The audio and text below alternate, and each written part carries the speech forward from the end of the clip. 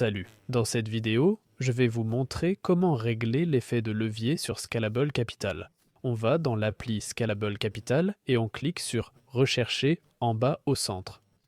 Ensuite, on tape en haut le nom de l'action qu'on veut utiliser avec un effet de levier. Prenons Apple comme exemple. En cherchant Apple, on trouve d'abord les actions, puis les ETF et enfin les produits dérivés. Et c'est avec les dérivés qu'on peut utiliser l'effet de levier. On clique sur Apple sous dérivés et là on voit les différentes options.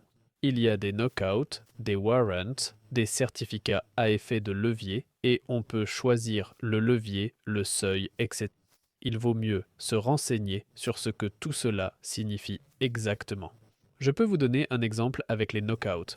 D'abord, vous choisissez long ou short. On clique sur long et on verra ce que les deux signifient.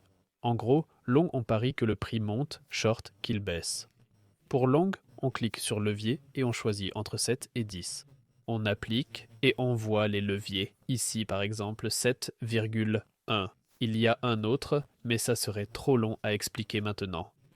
On prend le premier, on clique, on voit Apple Long avec le seuil de perte. Les knockouts marchent ainsi.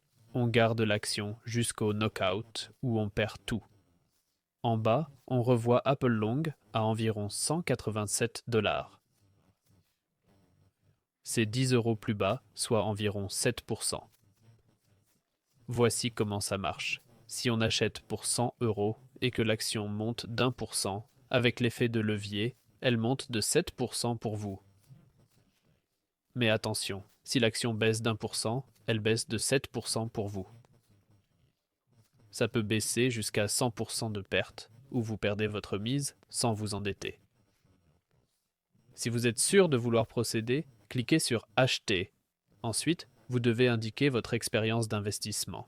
Cliquez sur Fournir des connaissances et répondez aux questions pour vérifier votre compréhension. Après ça, vous pourrez acheter des options.